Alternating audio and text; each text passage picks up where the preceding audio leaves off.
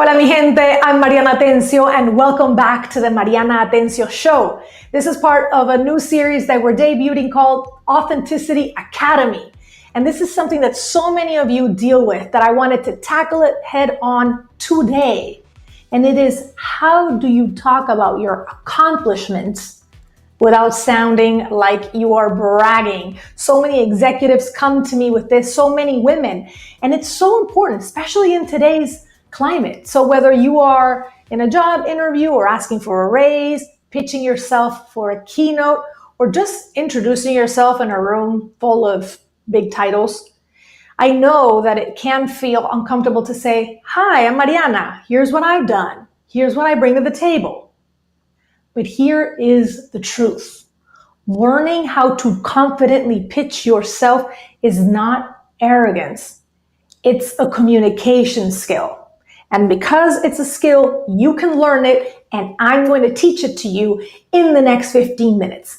Today, stick with me because I'm going to give you 5 tools backed by psychology, communication science, and my own experience, from pitching myself in TV newsrooms to standing on global stages. Are you ready to get started? Let's do this, mi gente. First and foremost, we need to understand the problem. The problemo, okay? Because I don't think that we realize how socially we've been conditioned to not promote ourselves, to not talk about ourselves. So first thing is why talking about ourselves feels so hard. You know, I often say in my keynotes, if you can name it, you can tame it. So let's name it. Self-promotion feels uncomfortable for many of us because of social conditioning. You know, when we are trying to pitch ourselves in a room, trying to prove our worth, those first job interviews that we went to, we often look, and we still do, like Anne Hathaway. Remember that scene in The Devil Wears Prada where she walks in and tries to pitch herself to Meryl Streep, aka Miranda Priestley? You guys know that I'm obsessed with film references, especially 90s, early 2000s, best decades of film ever. So let's watch this clip so you can understand how you come across oftentimes. Let's play it. Who are you? My name is Andy Sachs. I recently graduated from Northwestern University. And what are you doing here? Well, I think I could do a good job as your assistant. And, yeah, I came to New York to be a journalist and sent letters out everywhere, and then finally got a call from Elias Clark and met with Sherry up at Human Resources, and basically it's this or auto universe. O sea, no, no, no. La pobre, as we would say in Spanish. Listen, studies from Harvard show that women like that character and underrepresented groups, likely Latinos, people of color, were more likely to downplay our achievements. We fear coming off as too much, self-centered or ungrateful, quien se cree ella. Because think about it, culturally, many of us were raised with the message, keep your head down, work hard, let your work speak for itself, or the saying in Spanish that I hated growing up, calladita te ves más bonita, which means the quieter you are, the prettier you look. No, no, no. Because here's the catch. Your work can't speak for itself if no one knows what you've done. If you don't toot your own horn, nobody else will. A mí me dijo eso alguien cuando primero llegué a Estados Unidos y nunca se me va a olvidar. If you don't boast about your own accomplishments, nobody's going to come do it. And nowadays, in this media climate, we are so bombarded with information, everybody is, that you also need to, you know what, post about it. Repeat it.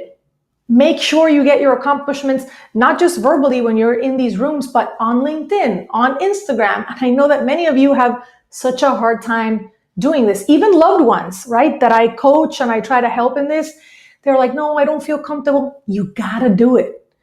Porque la gente no es adivina. People are not gonna just figure it out of nowhere. And there's a way to do it that doesn't come across as obnoxious. There's a way to do it in a serious way, in a consistent way. Consistency is so important. The workplace always, but especially nowadays, runs on visibility. Confidence and clarity are an extra. They are essential. So now that you know you have to do it, now that we've tackled the first item on our list, how can you do it without sounding braggy or obnoxious? That takes us to step number 2. Reframe the pitch. It's not about you. And that's the first mindset shift that you need. Because pitching yourself isn't about proving your worth or that you are all that. It's about offering your value. So you have to think of it like this. You're not saying, look how great I look. Look how good I come across doing this or that. You're saying, here's how I can help you. Here's what I bring to the table that you might need.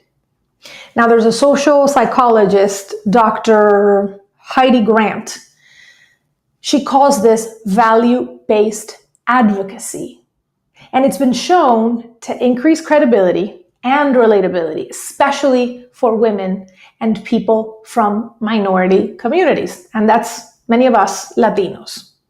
So here is how that would sound in real life, because I want to give you guys as many real life examples as possible. So instead of saying, I led a marketing campaign that doubled our engagement, say, I helped teams grow their audiences. Like that time we doubled engagement in 6 months. So you see the difference. I help teams grow their audiences, and then you throw in your stat. Let me give you another example. Instead of, I started my own business during the pandemic and we've been extremely successful. Say, I know how to lead through uncertainty. Building a business during the pandemic taught me how to adapt fast and serve people under pressure. You see the shift? It's a huge difference. It's still you, and it still speaks about what you've done and your accomplishments. But now you're speaking in a way that highlights what you offer and not what you need to prove. So before your next pitch, don't ask, how can I impress them? Ask, what do they need and how can I be of service? How can I be of service? How can I serve others with my unique talents, with my God-given talents? That's what I ask myself every day. And that one question flips the script from insecurity to clarity, from sounding obnoxious to actually saying it with gravitas. The third step is use the 3 C's framework. Okay, so the 3 C's is to really get practical, really get to the nitty-gritty. Because when I coach speakers or help women pitch themselves on stage or in meetings, I give them my 3 C's. Clear, that's the first one. What do you do and what are you great at? It has to be one sentence, okay? Because beyond that, nobody's going to process it. The second C is credible. So clear, credible. What evidence backs this up? Use one example or one stat to prove it. And the third C is connective. Why does this matter to them? Clear, confident, connective. This mirrors what neuroscientists call audience-centered framing. When people can clearly understand what is in it for them, they're like, oh, that's when their brains are more likely to remember. And that's when they are more likely to act. And that's what you want. So again, I want to give you real life examples. So with the 3 C's, here is how it might sound in my case. I'm Mariana Atencio, a bilingual journalist and speaker who's helped thousands of professionals, making this up as I go along, thousands of professionals tell their stories with clarity and power. From NBC to TED stages, I've seen how the right words can open doors, and I'm here to teach others how to do the same. So if you just think about what I said, what would be my 3 C's in that instance? The first one, clarity, clear. I'm a bilingual journalist who's helped thousands of professionals tell their stories, right? The second C is credible. And that's why I added from NBC to TED stages. Okay, that gives me the gravitas. And the third C is connective. I've seen how the right words can open doors, and I'm here to teach others how to do the same. That's what's in it for them. Now, I want you to do this with yourself. That's an exercise, that's homework that I'm leaving for you after you watch this video. Simple, strong, not bragging, just framing value. You ready to move on to step number 4? That's watch your body language. And you guys know this, but I'm going to tell it to you one more time. Research shows that over 70% of your impact comes from nonverbal communication. You might be saying the right words, but your body is saying what? I'm not sure. I'm insecure. I'm not really buying what I'm selling. Here's how to show up with congruent confidence. You have to stand or sit tall, shoulders open. Don't do this, please. Make eye contact. Smile gently. Not, super exaggerated, but to connect. And use your hands purposely. Gestures boost both clarity and credibility. There's a speaker, Dr. Amy Cuddy, and she's a friend. We did a conference in Montreal together last year. And Amy's work on power poses, she does all these power poses, we actually took a photo doing one of them, proves that posture changes psychology. So before that big meeting or pitch, take a minute to ground yourself, place your shoulders back.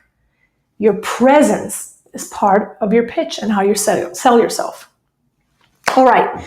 And then 5, final one, add one line that makes it personal. Want to make your pitch not just clear, but unforgettable? Add one sentence that connects your story to your why. And I call this the anchor line, okay? It's not about achievements or stats. It's about what drives you. You know how many people I coach that they give me their spiel, their pitch, and they're like, this stat, and I'm not even paying attention.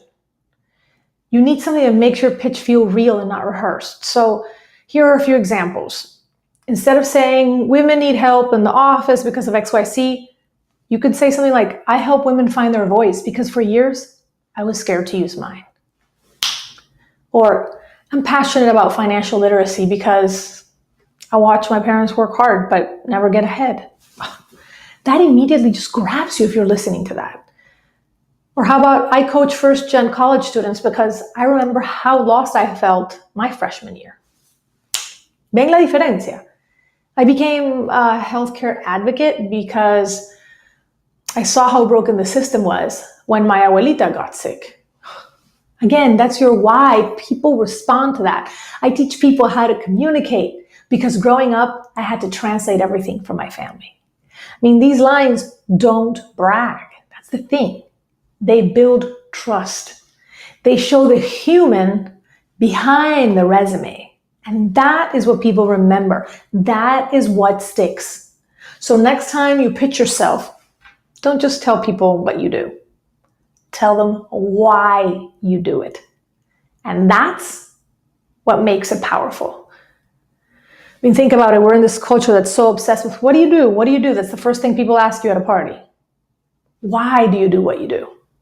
So let's recap, mi gente. This is your science-backed pitch toolkit. Not to sound braggy, but to sound like you know the value that you add. It begins with 1, understand why it feels hard. Remember, if you can name it, you can tame it. 2, reframe it. You're offering value, not asking for validation. 3, use the 3 C's. Clear, credible, connective. 4, own your nonverbals, posture, eye contact, calm, confidence in your hand gestures. And 5, anchor it in your purpose. Let your story power your message. You deserve to be in the room, and your pitch opens that door. This is part, as I mentioned, guys, of this new series we're calling Authenticity Academy. So if you have somebody in your life that you want to share this episode with so that they can pitch themselves with confidence and clarity and not sound obnoxious or braggy, send this episode to them. Si tienen alguien en sus vidas que necesita este contenido, que necesita aprender a promocionarse, pero sin sonar como que se está vendiendo, compartan este episodio con ellos. As always, we want to provide edifying content for you guys that has served me in my life. And that's what this channel is all about. So go ahead and subscribe and tune in to our next episode of Authenticity Academy. As I always tell you guys, I'm Mariana Atencio. Thank you so much for being here. Soy Mariana Atencio. Muchísimas gracias por estar aquí y nos vemos en el próximo.